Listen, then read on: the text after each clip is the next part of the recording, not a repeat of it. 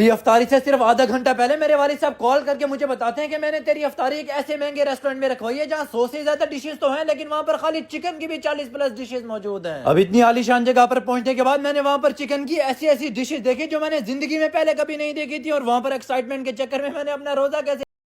دیکھ کے آپ کو پتہ لگ ہی جائے گا۔ خیر اب سین میرے ساتھ یہ ہوا تھا کہ عصر کی نماز کے بعد میں تو اپنے ولاگ ایڈٹ کر رہا ہوں، لیکن میرے والد صاحب کی مجھے کال آتی ہے اور وہ مجھے خوشخبری سناتے ہوئے کہتے ہیں کہ آج میں نے تیری افطاری رکھی ہے لتاسکا کے اندر، جو کہ بہاولپور کا کافی مہنگا ریسٹورنٹ ہے، اور یہ سن کے میں کافی خوش ہو گیا تھا، ٹپے مارنے لگ گیا تھا۔ پھر میں فوراً نیچے اترتا ہوں اور آ جاتا ہوں بائکوں کے پاس، اور ابھی ٹائم بھی 6 بجے کا ہو رہا ہے، 6:30 بجے روزہ کھلتا ہے۔ میں نے آدھے گھنٹے کے اندر گھر جانا ہے، نہا دھو کے کپڑے استری کر کے پہن کے افطاری والی جگہ پر پہنچ کے نماز بھی پڑھانی ہے۔ اور یہاں پر بھی میں اپنے نانی میں گھر میں کسی کو بتاتا ہی نہیں ہوں کہ میں باہر جا رہا ہوں، جلدی سے انہی کا موٹر سائیکل کھینچتا ہوں اور گھر سے باہر نکال کے 1.7 کلومیٹر کا سفر کر کے فوراً پہنچ جاتا ہوں اپنے گھر۔ یہاں پر پھر بھاگ کے جا کے اپنے الماری سے یہ بلیو سوٹ اٹھاتا ہوں اور اٹھا کے فوراً احمد کو دیتا ہوں اور کہتا ہوں تو یہ جلدی سے استری کر، میں نہا کے آ رہا ہوں، اور میں چلا جاتا ہوں سیدھا نہانے کے لیے۔ اب اتنی ایمرجنسی میں مجھے نہانا کیوں پڑ رہا ہے یہ تو میں نہیں بتاؤں گا، لیکن نہانے کے بعد میں فوراً شلوار پہن کے کھڑا ہو جاتا ہوں، اور جیسے ہی ٹیبل پہ آتا ہوں تو احمد ابھی قمیض استری کر رہا ہوتا ہے۔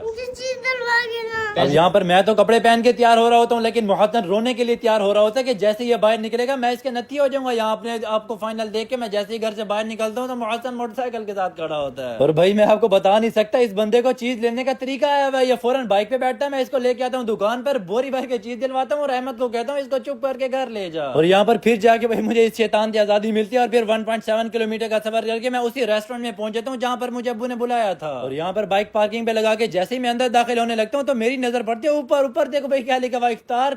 کم بھائی انگریزی والا کچھ غلط نہیں لکھا ہوا، آپ لوگوں کا کیا کہنا ہے اس بارے میں؟ اس CUM کم کا بھائی کچھ اور ہی مطلب ہوگا، لیکن میرے دماغ میں کچھ اور مطلب آ رہا ہے، لیکن جیسے ہی میں اندر داخل ہوتا ہوں تو اندر کے ایمبینس تو بھائی بڑا ہی کمال ہوتا ہے، اور پھر میں گھس جاتا ہوں سیدھا اندر ان کے ہال میں۔ خیر یہاں پر ماحول تو کافی شاندار ہوتا ہے، میں جلدی سے سیٹ ڈھونڈ کے اس کے اوپر بیٹھ جاتا ہوں، اور یہاں آ کے مجھے پتا لگتا ہے کہ بھائی میرے والد صاحب نے یہاں پر صرف میری بکنگ کروائی ہوئی ہے، وہ خود تو یہاں پر آئے ہی نہیں ہے۔ خیر پھر سامنے میری نظر پڑتی ہے کہ لوگ افطاری بوفے کے اندر سے اپنا سامان ڈال رہے ہیں، میں جلدی سے وہاں پر جاتا ہوں اور سامان ڈال کے آ جاتا ہوں فوراً ٹیبل پہ، اور میں نے اپنے لیے یہ سامان ڈالا ہوتا ہے۔ اب لوگ بفے والی جگہ پر اتنا لڑ کے چیزیں ڈالے تھے تو مجھے لگ رہا تھا شاید روزہ کھل گیا، اور یہاں پر میں ایک پلیٹ پوری بھر کے آیا تھا، سموسے پکوڑے دہی بلے فروٹ چاٹ، میں سارا بھائی کھا جاتا ہوں اور روزہ ابھی تک کھلا ہی نہیں ہوتا۔ اور یہاں پر جیسے میں دوسری پلیٹ ڈال کے کھانے لگتا ہوں تو ساتھ سے بندہ آ کے کہتا ہے یار روزہ کھل گیا ہے، میں نے کہا ہاں کھل گیا، لیکن جیسے آسے پاسے دیکھتا ہوں تو بھائی کوئی بندہ کھا ہی نہیں رہا ہوتا، بس سامنے رکھ کے بیٹھے ہوتے ہیں۔ اب ہوتی تو یہاں پر مجھے کافی شرمندگی، اور جو چیز میں نے اپنے منہ میں ڈالی ہوئی تھی جلدی سے اس کو نکال کے سائڈ پہ رکھتا ہوں، اور پھر فوراً ہی روزہ کھل جاتا ہے، اور یہاں پر جلدی سے پہلے میں جوس ڈالتا ہوں اور اس کے بعد یہ کھجور اٹھا کے چکھ لیتا ہوں۔ خیر اگر بات کریں ان کے سامان کے ذائقے کی تو یار ذائقہ تو آپ لوگوں کو پتہ ہے بھائی اس کا بڑا ہی للن ٹاپ ہوتا ہے، مجھے بھائی بڑا پسند آتا ہے۔ پھر نماز پڑھنے کے لیے میں فوراً ہال سے باہر نکلتا ہوں اور ان کی بنائی ہوئی مسجد میں چلا جاتا ہوں، اور وہاں پر دیکھتا ہوں تو بھائی کوئی امام ہی نہیں ہوتا نماز پڑھانے کے لیے، اور میں پھر فوراً چڑھ جاتا ہوں۔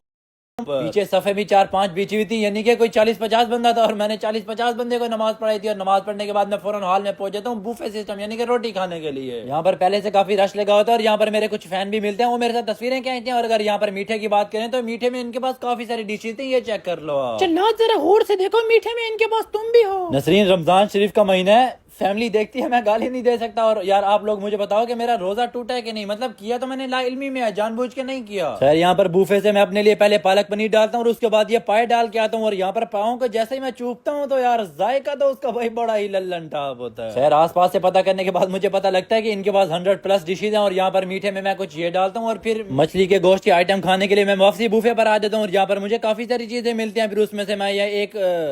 کیا کہتے ہیں یار اس کو، یہ پتہ نہیں کیا چیز ہے دکھنے میں، یہاں سے یہ ڈال لیتا ہوں اور ساتھ میں یہ مچھلی بھی ڈال لیتا ہوں، اور جلدی سے آ کے اس کو جیسے ہی چکھتا ہوں تو یار ذائقہ تو اس کا بھائی بڑا ہی للن ٹاپ ہوتا ہے۔